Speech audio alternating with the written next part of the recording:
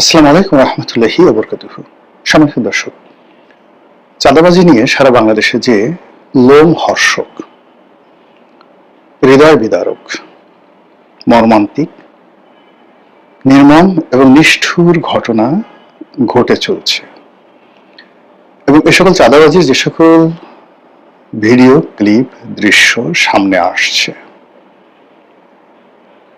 যেগুলো বলার মতো নয় এবং পুরো রাষ্ট্র, সরকার, রাষ্ট্রযন্ত্র এই চাঁদাবাজির যে ব্ল্যাক হোল, এই ব্ল্যাক হোলের মধ্যে আটকে পড়ে গেছে।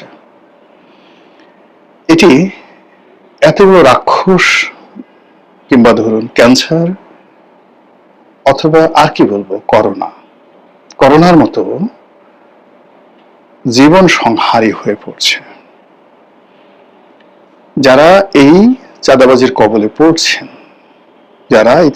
কবলে পড়ছেন, সেটা বিএনপির লোক হোক, আওয়ামী লীগের লোক হোক, জামাতের লোক হোক, সাধারণ মানুষ হোক, পুরো পরিবারের মধ্যে যে প্যানিক ছড়িয়ে পড়ছে, পুরো সমাজে যে প্যানিক ছড়িয়ে পড়েছে, আর সেই প্যানিকের সাথে যখন আমরা সংসদের ঠাট্টা মশকরা, কথাবার্তা বা সরকার যে মহাপরিকল্পনাগুলো শুনি, মনে হচ্ছে যে আমাকে একটা তলোয়ারের উপরে শুয়ে বা আমার পশ্চাৎ দেশ দিয়ে একটা তলোয়ার ঢুকিয়ে দেওয়া হয়েছে।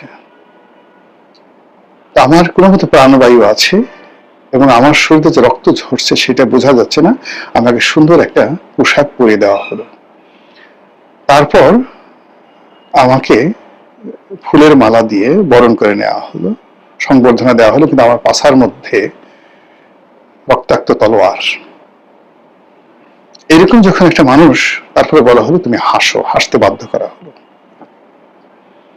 যদি আমি না হাসি তাহলে ওই যে আমি যে মরে যাব, এটার সাথে বড় ব্যাপার হলো আমার আত্মীয় স্বজন সবাইকে জিম্মি করে রেখেছে যে বেটা তুমি তো মরবেই, এবং তুমি যদি এখন না হাসো তাহলে তোমার পুরো পরিবারকে মেরে ফেলা হবে। তখন ওই অবস্থায় নিজের শরীরের মধ্যে রক্তাক্ত তলোয়ার নিয়ে একটা মানুষ যখন হাসে, ফুলের মালা গ্রহণ করে, সংবর্ধনা গ্রহণ করে, তার যে মর্মবেদনা, আমাদের এই চাঁদাবাজিতে আক্রান্ত পুরো দেশ, তার সঙ্গে সঙ্গে সারা বাংলাদেশে লোডশেডিং, তার সঙ্গে সঙ্গে অভাব, তার সঙ্গে সঙ্গে অভিযোগ, তার সঙ্গে সঙ্গে মানুষের ব্যক্তিগত কষ্ট, রোগ শোক, বালা মুসিবত। সেই বালা মুসিবতের মধ্যে যখন কর্তা ব্যক্তিরা, ক্ষমতাসীনরা দাম্ভিকতা দেখায়, স্বপ্নের কথা বলে, দেশটিকে চাঁদের দেশে নিয়ে যাওয়ার কথা বলে এবং আরো অনেক কিছু বলে, যে অঝরে কান্না মানুষের ভিতরে সংক্রমিত হয়, সেই কান্নার ফলে একটা জাতি এভাবে যে দীর্ঘমেয়াদে চলে, একটা জাতি প্রাগৈতিহাসিক যুগে চলে যায়, একটা জাতি তার সভ্যতা হারিয়ে ফেলে, একটা জাতি তার ভব্যতা হারিয়ে ফেলে। এরকম পরিস্থিতি যখন হয়, সে জাতির শিল্প, সাহিত্য, সংস্কৃতি সবকিছু ধুয়ে মুছে ছারখার হয়ে যায়। তাদের যে জাতীয় ব্রেইন, অন অ্যাভারেজ যে মানুষের যে আইকিউ, এটা অবদমিত হয়ে যায়, পুরুষত্ব কমে যায়, নারীত্ব কমে যায়, গর্ভধারণের ক্ষমতা কমে যায়, সন্তান উৎপাদনের ক্ষমতা কমে যায়, কাজ করার ক্ষমতা চলে যায়, এমনকি মৃত্যু হয়, সে মৃত্যু ভয় চলে যায় তাদের। একটা জড় পদার্থে পরিণত হয় একটা জাতি। ঠিক এইরকম ঘটনাগুলো প্রতিদিন সামাজিক মাধ্যমে আসছে। বরিশালে একটা চাঁদাবাজি ঘটনা দেখলাম। একজন বৃদ্ধ মানুষ, দাড়িওয়ালা একজন বৃদ্ধ, তার অফিসে গিয়ে অকথ্য ভাষায় তাকে গালাগাল করা হচ্ছে। এরপরে তার অন্ডকোষ প্রচন্ড বেগে চেপে ধরা হলো। ব্যথা এবং বেদনা এবং একই সঙ্গে অপমান। সন্তানের সে ছোট একজন মানুষ এসে তার অন্ডকোষ চেপে বলছে এই টাকার চেক সিগনেচার করে দাও এখন এখানে। ওই অবস্থায় সেই লোক কিংকর্তব্য বিমূঢ় হয়ে সে চেক নিয়ে বলছে কত টাকা লিখে দেব, কত যা চাও তাই লিখে দেবো, তুমি আমাকে মেরো না। এটা ভাইরাল হয়ে পড়েছে এই বাংলায়। এখন পর্যন্ত স্বরাষ্ট্রমন্ত্রীর পক্ষ থেকে কোনো বিবৃতি নাই। অপরাধী কারা একটু শব্দ করতে পারছি না, নাম উচ্চারণ করতে পারছে না কেউ। সবাই বলছে বরিশাল শহরে এই ঘটনা ঘটছে, কারা কি, কেউ কোনো কথা বলছে না। এই দৃশ্য যে মা দেখছেন, যে বোন দেখছেন, যে সন্তান দেখছেন, যে অবধ শিশু দেখছেন, যে কিশোর দেখছেন, ইন্টারনেটের কল্যাণে এগুলো এখন যে কোনো হরর মুভির মতো ছড়িয়ে পড়ছে। বিশ্বাস করেন কোনো মানুষ, বিবেকবান মানুষ ঘুমাতে পারছে না। আর একটা এরকম দৃশ্য দেখলাম, আর এক চাঁদাবাজ, সে বিরাট এক ছুরি, চকচকে ছুরি, সেই চকচকে ছুরি 1 হাত লম্বা বা 1.5 হাত লম্বা ছুরি, সেই ছুরিকে একজনের হলকম চেপে ধরছে, হলকম চেপে ধরছে। ধরার পরে সেই ছুরি যেভাবে আপনি কষাই, যেভাবে মাংস কাটার আগে, তৈলাক্ত মাংস ছাড়ানোর আগে ছুরিতে ধার দেয়, ওইরকম সে ছুরি ওখানে কোনো টেবিল বা কিছুর সাথে ওইভাবে ছুরিটা সে ধার দিয়ে দিয়ে শানিত করে তারপরে তার গলার কাছে ধরছে, এটা দিয়ে। এই দৃশ্য ছড়িয়ে পড়েছে। গুলিস্তানে বিএনপি এবং জামাতের মধ্যে চাঁদাবাজি নিয়ে মারামারি, এবং যে দৃশ্য ভাইরাল হয়ে গেছে, এবং সেই দৃশ্যের পরে আবার মিছিল মিটিং হচ্ছে এই খোদ রাজধানীতে। এই যে অসংখ্য ঘটনা, এই অসংখ্য ঘটনা মানুষের হৃদয়ে কিভাবে বেদনা তৈরি করছে একবার একটু চিন্তা করেন তো। আপনাদের মনে আছে কক্সবাজারের সেই যে কমিশনার একরাম, তাকে যখন ক্রস ফায়ারে দেওয়া হবে, ঠিক এই সময় তার মেয়ে তাকে টেলিফোন করলো, র্যাবের সেই ক্রস ফায়ার। তারপর সেখান থেকে সে কাঁদছিল, একরাম কাঁদছিল। তার মেয়ে বলছিল, বাবা তুমি কাঁদছো কেন? বাবা বলতে পারছিলেন না যে আমাকে একটু পরে মেরে ফেলবে মা, তোমার সঙ্গে এটাই আমার শেষ কথা, এই জন্য আমি কাঁদছিলাম। তিনি সন্তানকে প্রবোধ দিচ্ছিলেন যে না মা, আমি এমনি কাঁদছি। সারা বাংলাদেশকে কাঁপিয়েছিল। এবং সেই র্যাবের অমানবিক কর্মকাণ্ডের ফলে র্যাবের উপর যে আল্লাহর গজব নাজিল হয়েছিল, সেই গজব এখনো উঠেনি। এই র্যাব 7 জনকে মার্ডার করেছে, নিজেদের স্বার্থে, কোনো রাষ্ট্রীয় হুকুম ছিল না, শুধুমাত্র টাকার জন্য।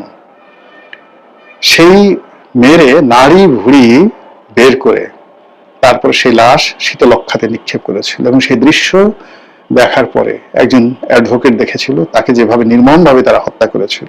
এই র্যাব সারা বাংলাদেশের মানুষকে কাঁপিয়েছিল, সারা বাংলাদেশের মানুষকে ভয় পাইয়ে দিয়েছিল, সারা বাংলাদেশের মানুষকে কাঁদিয়েছিল, এবং মানুষের সে কান্না আল্লাহর আরশে আজিম পর্যন্ত পৌঁছে গেছিল। যারা এই কুকর্ম করেছে তারা, তাদের পরিবার কিভাবে অভিশপ্ত এই সমাজে।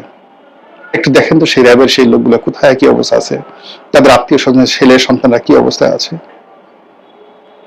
এই হলো পাপ। এবং যে সরকার আমলে, শেখ হাসিনার আমলে, আওয়ামী লীগের আমলে, যে স্বরাষ্ট্রমন্ত্রীর আমলে এই ধরনের দুর্বৃত্তপনা ঘটেছে, দেখেন তো তাদের জীবন। এই দুনিয়াতে যদি জাহান্নাম বলে কিছু থাকে, এই দুনিয়াতে যদি বিচার বলে কিছু থাকে, এই দুনিয়াতে যদি আল্লাহর আইন বলে কিছু থাকে, আপনি গিয়ে দেখেন সেই সমস্ত মানুষ কিভাবে পশুর মতো জীবন যাপন করছে। কাজেই মানুষের অভিশাপ নিয়ে কখনো কেউ বাঁচতে পারে না। মানুষকে ভয় দেখিয়ে, এই মানুষকে আল্লাহ রাব্বুল আলামিন বলছে তোমরা কাউকে ভয় পাবে না, শুধু আমাকে ছাড়া। তো যখন কোন একটা মানুষ এই আল্লাহকে ভয় পাবে, আল্লাহর ভয়টাকে ভুলিয়ে কারো হৃদয়ের মধ্যে মানুষের ভয় তৈরি করে দেয়, সঙ্গে সঙ্গে সে আল্লাহর যে কর্তৃত্ব, সেই কর্তৃত্বকে চ্যালেঞ্জ জানায়। হোক সে চাঁদাবাজ, হোক সে দুর্নীতিবাজ, হোক সে মন্ত্রী, হোক সে প্রধানমন্ত্রী, হোক সে রাষ্ট্রপতি, হোক সে ফ্যাসিস্ট, কিংবা কোনো মবকারী, মব সন্ত্রাসী। যখন একটি মানুষ আল্লাহকে ভুলে মানুষকে আল্লাহ রাখতে বাধ্য হয়, প্রাণ ভিক্ষা চায় মানুষের কাছে, বাবা গো তোমার কাছে প্রাণ ভিক্ষা চায়, আমাকে মেরো না, তখন ওই মুহূর্তে ওই মানুষটি জীবনের তাগিদে শিরক করে বসে। সে আল্লাহকে ভুলে যায়। তার জীবনের মালিক আল্লাহ, তার মরণের মালিক আল্লাহ, তার রিজিকের মালিক আল্লাহ সে ভুলে যায়। ভুলে গিয়ে ওই সন্ত্রাসীকে সে মনে করে সেই আল্লাহ। ফলে একটা শিরকের সমাজ প্রতিষ্ঠিত হয়ে যায়। যে রাষ্ট্র এই শিরক পয়দা করে, যে সরকার প্রধান এই শিরককে প্রশ্রয় দেয়, যে কর্তা ব্যক্তি, পুলিশ থেকে শুরু করে আর্মি, যে সমস্ত লোকজন যারা এই সমস্ত দানব তৈরি করে, যে সকল দানবেরা নিজেদেরকে, শয়তানও কিন্তু কখনো আল্লাহ বলেনি, শয়তানও নিজেকে কখনো আল্লাহ বানায় না। শয়তান এমন ভয় দেখায় না যাতে আপনি আল্লাহর পরিবর্তে শয়তানকে আল্লাহ মান্য করবেন, কখনো আপনি দেখাতে পারবেন না। শয়তান আপনাকে প্রলুব্ধ করে, লোভ দেখায়, লালসা দেখায়, বিপথে নেয় যেন আপনি জাহান্নামে যান। কিন্তু শয়তান আপনাকে কখনো আপনার সামনে অস্ত্র ধরবে না যাতে করে আপনি তার কাছে প্রাণ ভিক্ষা চাইবেন শয়তানের কাছে, হে শয়তান তুমি আমাকে প্রাণে বাঁচাও, হে শয়তান তুমি আমার আব্বা, আমাকে মেরো না। এই কথা কখনো শয়তান করে না। কিন্তু আমরা মানুষ যখন অস্ত্র হাতে তুলে নিয়ে আল্লাহকে ভুলিয়ে দেই, আল্লাহর হিকমাকে ভুলিয়ে দেই, প্রকৃতির আইনকে ভুলিয়ে দেই, এবং এই জমিনে সরাসরি আল্লাহকে চ্যালেঞ্জ জানাই, তখন সেই মানুষদের সঙ্গে আল্লাহর যুদ্ধ শুরু হয়ে যায়, সেই মানুষদের সঙ্গে জিব্রাইলের যুদ্ধ শুরু হয়ে যায়, সেই মানুষদের সঙ্গে আজরাইলের যুদ্ধ শুরু হয়ে যায়, সেই মানুষের সঙ্গে গাউস, কুতুব, ওলি আল্লাহ, পীর, মাশায়েখ, আশিকান, জাকিরান, সিদ্দিকগণ, নবী এবং শহীদান সকলে যুদ্ধ ঘোষণা করে। সে মানুষকে যারা প্রশ্রয় দেয়, সেই মানুষদেরকে যারা ওন করে, মানে এই ধরনের খারাপ মানুষদেরকে, তাদের উপর থেকে আল্লাহ রাব্বুল আলামিন তার বরকত উঠিয়ে নিয়ে যান, তার রহমত উঠিয়ে নিয়ে যান, তার হিকমা উঠিয়ে নিয়ে যান, তার হেদায়েত উঠিয়ে নিয়ে যান।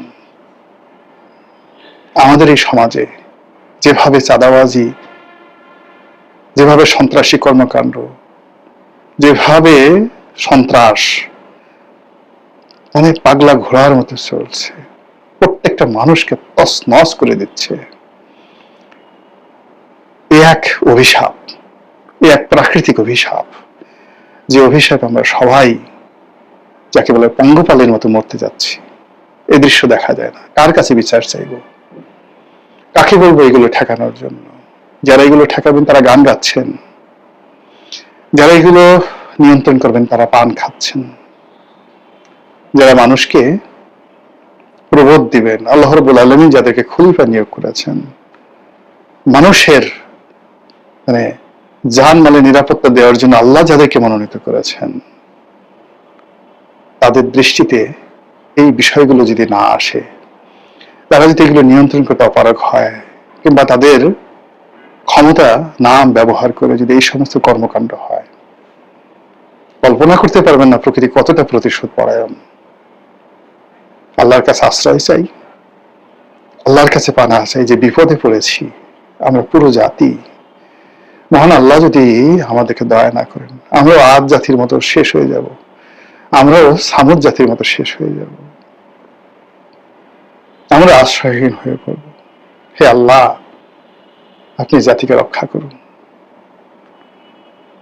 আপনার এই বান্দাদেরকে রক্ষা করুন, আমাদেরকে মাফ করে দিন, আমাদেরকে উত্তম নেতা দান করুন, পরহেজগার নেতা দান করুন, যোগ্যতম নেতা দান করুন, 18 কোটি মানুষের বিশ্বাস এবং ভালোবাসাকে যারা মূল্য দিতে পারবেন সে মানুষ দান করুন।